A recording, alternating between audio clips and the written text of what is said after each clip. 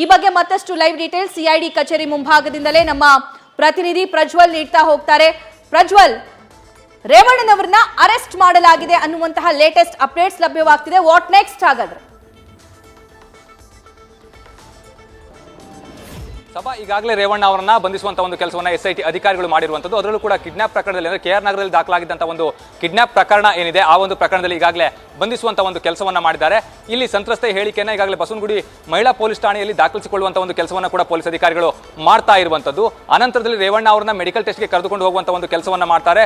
ಹೆಚ್ಚಿನದಾಗಿ ಬೌರಿಂಗ್ ಆಸ್ಪತ್ರೆಯಲ್ಲಿ medical test ಆಗುವಂತ ಒಂದು ಸಾಧ್ಯತೆಗಳು ಕೂಡ ಇಲ್ಲಿ ಇರುವಂತದ್ದು. 10 ಗಂಟೆ ನಂತರದಲ್ಲಿ ಕರೆದುಕೊಂಡು ಹೋಗುವಂತ ಒಂದು ಸಾಧ್ಯತೆಗಳು ಕೂಡ ಇರುತ್ತೆ. ಅನಂತರದಲ್ಲಿ ರೇವಣ್ಣ ಅವರನ್ನ ಮತ್ತೆ ನ್ಯಾಯಾಧೀಶರ ಮುಂದೆ ಹಾಜರುಪಡಿಸ್ತಾರೆ. ನ್ಯಾಯಾಧೀಶರ ಮುಂದೆ ಹಾಜರುಪಡಿಸಿದಂತಹ ವೇಳೆಯಲ್ಲಿ ಕಸ್ಟಡಿಗೆ ಕೇಳುವಂತಹ ಒಂದು ಸಾಧ್ಯತೆಗಳು ಕೂಡ ಇರುತ್ತೆ. ಯಾಕೆ ಅಂತ ಹೇಳಿದ್ರೆ ಈ ಒಂದು ಪ್ರಕರಣದಲ್ಲಿ ಆರೋಪಿಯಿಂದ ಸ್ಥಳ ಮಹಾಜರನ್ನ ಕೂಡ ಮಾಡಬೇಕಾಗುತ್ತೆ. ಅಷ್ಟೇ ಅಲ್ಲದೆ ಪ್ರತಿಯೊಂದು ಎವಿಡೆನ್ಸ್ಗಳನ್ನ ಕೂಡ ಕಲೆ ಹಾಕಬೇಕಾಗುತ್ತೆ. ಆ ನಿಟ್ಟಿನಲ್ಲಿ ಕಸ್ಟಡಿಗೆ ಕೇಳ್ತಾರೆ.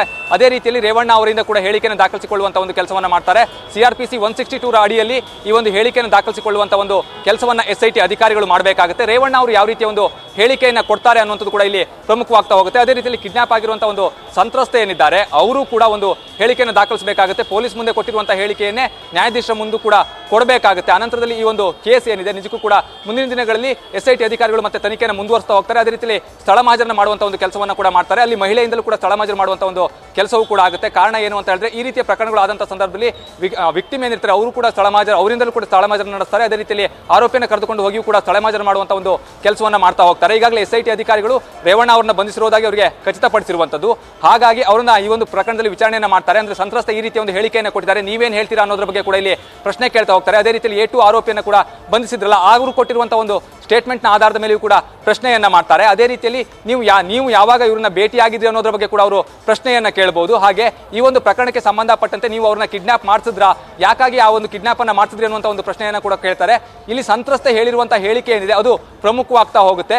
ಇಲ್ಲಿ ರೇವಣ್ಣ ಅವರು ಆ ಒಂದು SIT ಅಧಿಕಾರಿಗಳು ಕೇಳುವಂತಹ ಪ್ರಶ್ನೆಗಳಿಗೆ ಸರಿಯಾದಂತಹ ಒಂದು ಉತ್ತರವನ್ನು ಕೊಡದೇ ಇದ್ದಂತಹ ಪಕ್ಷದಲ್ಲಿ SIT ಅಧಿಕಾರಿಗಳು ಕೂಡ ತನಿಖೆ ನಡೆಸುವಂಥದ್ದು ಸಾಕಷ್ಟು ಕಷ್ಟವಾಗ್ತಾ ಹೋಗುತ್ತೆ. ಇಲ್ಲಿ ಸಂತ್ರಸ್ತೆ ಕೊಟ್ಟಿರುವಂತಹ ಹೇಳಿಕೆಯ ಆಧಾರದ ಮೇಲೆಯೇ ರೇವಣ್ಣ ಅವರನ್ನ ಪ್ರಶ್ನೆ ಮಾಡುವಂತಹ ಒಂದು ಕೆಲಸವನ್ನ ಮಾಡ್ತಾರೆ. ಅನಂತರದಲ್ಲಿ ಟೆಕ್ನಿಕಲ್ ಎವಿಡೆನ್ಸ್ ಅನ್ನ ಕಲೆ ಹಾಕುವಂತ ಒಂದು ಕೆಲಸವನ್ನ ಕೂಡ ಮಾಡಿರ್ತಾರೆ. ಅಂದ್ರೆ ಆ ಸ್ಥಳದಲ್ಲಿ ಯಾವ್ದಾದ್ರು CCTV ಇತ್ತಾ ಅನ್ನೋದ್ರ ಬಗ್ಗೆ ಕೂಡ ಮಾಹಿತಿಯನ್ನು ಕಲೆ ಹಾಕ್ತಾರೆ. ಅದೇ ರೀತಿಯಲ್ಲಿ CCTV ಇದ್ರೆ ಅದನ್ನು ಕೂಡ ವಶಕ್ಕೆ ಪಡೆಯುವಂತ ಒಂದು ಕೆಲಸವನ್ನ ಮಾಡ್ತಾರೆ. ಅಲ್ಲಿ DVR ಅನ್ನ ಪರಿಶೀಲನೆ ಮಾಡುವಂತ ಒಂದು ಕೆಲಸವನ್ನ ಮಾಡ್ತಾರೆ. ಅದೇ ರೀತಿಯಲ್ಲಿ ಟವರ್ ಡಂಪ್ ಆಗಿರ್ಬೋದು, ಹಾಗೆ CDR ಆಗಿರ್ಬೋದು, ಇವನ್ನು ಕೂಡ ತೆಗೆಯುವಂತ ಒಂದು ಕೆಲಸವನ್ನ ಮಾಡ್ತಾರೆ. ಟೆಕ್ನಿಕಲ್ ಎವಿಡೆನ್ಸ್ ಕೂಡ ಕಲೆ ಹಾಕುವಂತ ಒಂದು ಕೆಲಸವನ್ನ ಮಾಡ್ತಾ ಹೋಗ್ತಾರೆ. ಅನಂತರದಲ್ಲಿ ಕಸ್ಟಡಿಗೆ ಪಡೆದಂತ ವೇಳೆಯಲ್ಲೂ ಕೂಡ ರೇವಣ್ಣ ಅವರ ವಿಚಾರಣೆಯನ್ನ ಮಾಡ್ತಾರೆ. ರೇವಣ್ಣ ಅವರು ಯಾವ ರೀತಿಯ ಒಂದು ಹೇಳಿಕೆಯನ್ನು ಕೊಡ್ತಾರೆ ಅನ್ನುವಂಥದ್ದು ಕೂಡ ಇಲ್ಲಿ ಪ್ರಮುಖವಾದಂತಹ ಒಂದು ಅಂಶ ಈ ಕೇಸ್ನಲ್ಲಿ. ಕಾರಣ ಏನು ಅಂದ್ರೆ ಸಂತ್ರಸ್ತೆ ಯಾವ ಒಂದು ಹೇಳಿಕೆಯನ್ನು ಕೊಡ್ತಾರೋ ಆ ಒಂದು ಹೇಳಿಕೆಗೆ ಸಂಬಂಧಪಟ್ಟಂತೆ ಪ್ರಶ್ನೆ ಕೇಳೋದ್ರಿಂದಾಗಿ ರೇವಣ್ಣ ಅವರು ಕೂಡ SIT ಅಧಿಕಾರಿಗಳ ತನಿಖೆಗೆ ಸಹಕರಿಸಬೇಕು. ಅದೇ ರೀತಿಯಲ್ಲಿ ಅವರು ಕೊಡುವಂತಹ ಒಂದು ಸ್ಟೇಟ್ಮೆಂಟ್ ಅನ್ನು ಕೂಡ ದಾಖಲಿಸಿಕೊಳ್ತಾ ಹೋಗ್ತಾರೆ. ಅನಂತರ ಸ್ಥಳ ಮಹಾಜರು ಮಾಡುವಂತಹ ಸಂದರ್ಭದಲ್ಲೂ ಅಷ್ಟೇ ಯಾವಾಗಲೂ ಕೂಡ ಆರೋಪಿಯನ್ನು ಕರೆದುಕೊಂಡು ಹೋದಂತಹ ಸಂದರ್ಭದಲ್ಲೂ ಕೂಡ ಸಂಪೂರ್ಣವಾದಂತಹ ವಿಡಿಯೋ ಚಿತ್ರೀಕರಣ ಮಾಡುವಂತಹ ಒಂದು ಕೆಲಸವನ್ನ ಮಾಡ್ತಾರೆ.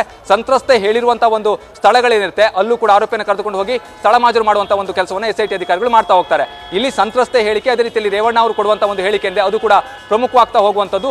SIT ಅಧಿಕಾರಿಗಳು ಮುಂದಿನ ದಿನಗಳಲ್ಲಿ ಈ ಒಂದು ಪ್ರಕರಣದ ತನಿಖೆಯನ್ನು ತೀವ್ರಗೊಳಿಸ್ತಾ ಹೋಗ್ತಾರೆ. ಅದೇ ರೀತಿಯಲ್ಲಿ ಎಲ್ಲಾ ರೀತಿಯ ಒಂದು ಸಾಕ್ಷಿಗಳನ್ನ ಕೂಡ ಕಲೆ ಹಾಕುವಂತ ಒಂದು ಕೆಲಸವನ್ನ ಮಾಡ್ತಾ ಹೋಗ್ತಾರೆ. ಸಭಾ ಪ್ರಜ್ವಲ್, ಇಲ್ಲಿ ಈ ಪ್ರಕರಣಕ್ಕೆ ಸಂಬಂಧಪಟ್ಟಂತೆ ಈಗ ತಾನೇ ರವಿ ಪಾಂಡವಪುರ ಮಾಹಿತಿ ನೀಡ್ತಾ ಇದ್ರು ಮೈಸೂರಿಂದ. ಸಂತ್ರಸ್ತೆಯನ್ನ ಏನ್ ಕರ್ಕೊಂಡು ಬರ್ತಿದ್ದಾರೆ SIT ಅಧಿಕಾರಿಗಳು, ತನ್ನ ಸ್ಟೇಟ್ಮೆಂಟ್ ಅನ್ನ ಬೇರೆ ಬೇರೆ ಸ್ಟೇಟ್ಮೆಂಟ್ ಕೊಡ್ತಿದ್ದಾರೆ, ವಿಚಲಿತಗೊಂಡಿದ್ದಾರೆ.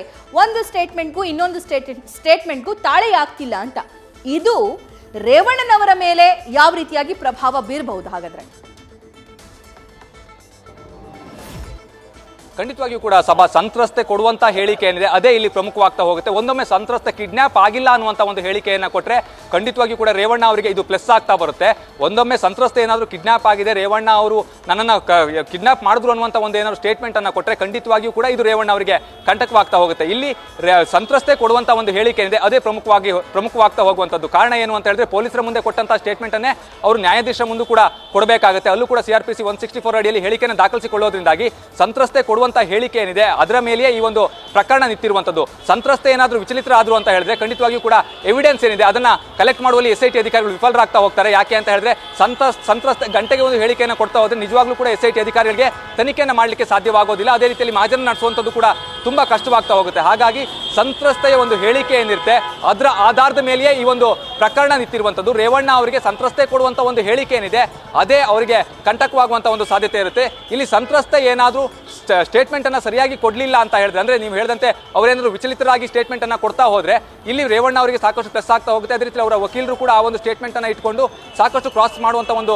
ಕೆಲಸವನ್ನ ಮಾಡ್ತಾ ಹೋಗ್ತಾರೆ. ಆದ್ರೆ ಸದ್ಯದ ಮಟ್ಟಿಗೆ ಈಗಾಗಲೇ SIT ಅಧಿಕಾರಿಗಳು ಬಂಧಿಸಿರೋದ್ರಿಂದಾಗಿ 164 ಹೇಳಿಕೆಯನ್ನು ಕೂಡ ದಾಖಲಿಸಿಕೊಳ್ತಾರೆ. ಅದೇ ರೀತಿಯಲ್ಲಿ ಸಂತ್ರಸ್ತ ಮಹಿಳೆ ಯಾವ ಒಂದು ಸ್ಟೇಟ್ಮೆಂಟ್ ಅನ್ನ ಕೊಡ್ತಾರೋ ಆ ಒಂದು ಸ್ಟೇಟ್ಮೆಂಟ್ ನ ಆಧಾರದ ಮೇಲೆಯೇ ರೇವಣ್ಣ ಅವರನ್ನ ಪ್ರಶ್ನೆ ಮಾಡುವಂತ ಒಂದು ಕೆಲಸವನ್ನ ಮಾಡ್ತಾರೆ. ಇನ್ನೊಂದು ಕಡೆಯಲ್ಲಿ A2 ಆರೋಪಿ ವಿಚಾರಣೆನ ಈಗಾಗಲೇ ಪೊಲೀಸರು ಮಾಡಿರೋದ್ರಿಂದಾಗಿ A2 ಆರೋಪಿ ಕೊಟ್ಟಂತ ಒಂದು ಸ್ಟೇಟ್ಮೆಂಟ್ ಏನಿದೆ ಅದು ಕೂಡ ಇಲ್ಲಿ ಪ್ರಮುಖವಾಗ್ತಾ ಹೋಗುತ್ತೆ. A2 ಆರೋಪಿ ಹಾಗೆ ರೇವಣ್ಣ ಅವರು ಯಾವ ರೀತಿಯಲ್ಲಿ ಸಂಬಂಧವನ್ನು ಹೊಂದಿದ್ರು, ಅವರಿಗೆ ಯಾವ ರೀತಿಯಲ್ಲಿ ಇವರು ಸಂಪರ್ಕಕ್ಕೆ ಬಂದ್ರು ಅನ್ನುವಂಥದ್ದು ಕೂಡ ಇಲ್ಲಿ ಪ್ರಮುಖವಾಗ್ತಾ ಹೋಗುತ್ತೆ. ಆ ನಿಟ್ಟಿನಲ್ಲೂ ಕೂಡ ಈಗಾಗಲೇ SIT ಅಧಿಕಾರಿಗಳು ತನಿಖೆಯನ್ನು ಮಾಡ್ತಾ ಹೋಗ್ತಾರೆ. ಯಾಕಂದ್ರೆ A2 ಆರೋಪಿಯ ಸ್ಟೇಟ್ಮೆಂಟ್ ಅನ್ನ ಈಗಾಗಲೇ ಪೊಲೀಸರು ಕೂಡ ದಾಖಲಿಸಿಕೊಂಡಿರೋದ್ರಿಂದಾಗಿ ಆ ಸ್ಟೇಟ್ಮೆಂಟ್ ಏನಿದೆ ಅದು ಒಂದ್ ಕಡೆ ರೇವಣ್ಣ ಅವ್ರನ್ನ ಅದ್ರ ಬಗ್ಗೆ ಪ್ರಶ್ನೆ ಮಾಡುವಂತ ಕೆಲಸವನ್ನ ಮಾಡ್ತಾರೆ. A2 ಆರೋಪಿ ಈ ರೀತಿಯ ಒಂದು ಹೇಳಿಕೆಯನ್ನು ಕೊಟ್ಟಿದ್ದಾರೆ, ನೀವು ಯಾಕೆ ಇದನ್ನ ಒಪ್ಪಿಕೊಳ್ತಾ ಇಲ್ಲ ಅನ್ನುವಂಥ ಒಂದು ಪ್ರಶ್ನೆಯನ್ನ ಕೂಡ ಮಾಡಬಹುದು. ಈ ಸಂದರ್ಭದಲ್ಲಿ ರೇವಣ್ಣ ಅವರು ಯಾವ ರೀತಿಯ ಉತ್ತರವನ್ನ ಕೊಡ್ತಾರೆ ಅನ್ನುವಂಥದ್ದು ಕೂಡ ಇಲ್ಲಿ ಕಾದು ನೋಡಬೇಕಾಗುತ್ತೆ. ಹಾಗಾಗಿ SIT ಅಧಿಕಾರಿಗಳು ಒಂದು ಕಡೆ ಸಂತ್ರಸ್ತೆಯ ಹೇಳಿಕೆ ಆಗಿರ್ಬೋದು, ಅದೇ ರೀತಿಯಲ್ಲಿ ಸಂತ್ರಸ್ತೆಯ ಮಗ ಈಗಾಗಲೇ ದೂರು ಕೊಟ್ಟಂತವ್ರು ಎಂದರೆ ಅವರು ಕೊಟ್ಟಿರುವಂತಹ ಒಂದಿಷ್ಟು ಸ್ಟೇಟ್ಮೆಂಟ್ ಆಗಿರ್ಬೋದು, FIR ಕಾಪಿ ಆಗಿರ್ಬೋದು, ಅದು ಆಗಿರ್ಬೋದು, ಅದೇ ರೀತಿಯಲ್ಲಿ A2 ಆರೋಪಿ ಕೊಟ್ಟಿರುವಂತಹ ಹೇಳಿಕೆಗಳಾಗಿರ್ಬೋದು, ಇವೆಲ್ಲವನ್ನ ಕೂಡ ಇಲ್ಲಿ ಇಟ್ಕೊಂಡು ಅನಂತರ ರೇವಣ್ಣ ಅವ್ರನ್ನ ಪ್ರಶ್ನೆ ಮಾಡುವಂತ ಒಂದು ಕೆಲಸವನ್ನ ಮಾಡ್ತಾ ಹೋಗ್ತಾರೆ. ಈಗಾಗಲೇ SIT ಅಧಿಕಾರಿಗಳು ರೇವಣ್ಣ ಅವ್ರನ್ನ ಪ್ರಶ್ನೆ ಮಾಡಲಿಕ್ಕೆ ಸಕಲ ರೀತಿಯ ಸಿದ್ಧತೆಯನ್ನ ಮಾಡ್ಕೊಂಡಿರುವಂಥದ್ದು. ಕಾರಣ ಈಗಾಗಲೇ ರೇವಣ್ಣ ಅವ್ರನ್ನ ವಶಕ್ಕೆ ಬಂಧನ ಮಾಡಿರೋದ್ರಿಂದಾಗಿ ಅವರಿಂದ ಎಲ್ಲ ಒಂದು ವಿಚಾರಗಳನ್ನ ಪಡೆಯುವಂತ ಒಂದು ಕೆಲಸವನ್ನ ಮಾಡ್ತಾರೆ, ಹೇಳಿಕೆಯನ್ನ ಪಡಿಬೇಕಾಗುತ್ತೆ. ಹಾಗಾಗಿ ಯಾವ ಪ್ರಶ್ನೆಗಳನ್ನ ಕೇಳಬೇಕು ಅನ್ನೋದ್ರ ದೃಷ್ಟಿಯಿಂದಲೂ ಕೂಡ ಈಗಾಗಲೇ ಪ್ರಶ್ನೆಗಳನ್ನ ಸಿದ್ಧಪಡಿಸಿಕೊಳ್ಳುವಂತ ಒಂದು ಕೆಲಸವನ್ನ SIT ಅಧಿಕಾರಿಗಳು ಮಾಡಿರ್ತಾರೆ. ಅದೇ ರೀತಿಯಲ್ಲಿ ಇಲ್ಲಿ ಸಂತ್ರಸ್ತ ಮಹಿಳೆಯ ಸ್ಟೇಟ್ಮೆಂಟ್ ಅನ್ನು ದಾಖಲಿಸಿಕೊಳ್ಳುವಂತದ್ದೇನಿದೆ ಅದು ಪ್ರಮುಖವಾಗಿರುವಂತಹ ಒಂದು ವಿಚಾರವಾಗಿರೋದ್ರಿಂದಾಗಿ ಅದು ದಾಖಲಾದ ಬಳಿಕದಲ್ಲಿ ರೇವಣ್ಣ ಅವರ ವಿಚಾರಣೆ ಏನಿದೆ ಅದು ತೀವ್ರವಾಗ್ತಾ ಹೋಗುತ್ತೆ. ಸಭಾ ನ್ಯೂಸ್ ಫಸ್ಟ್ ನಿರ್ಭೀತಿಯಿಂದ ನಿಮ್ಮ ಪರವಾಗಿ.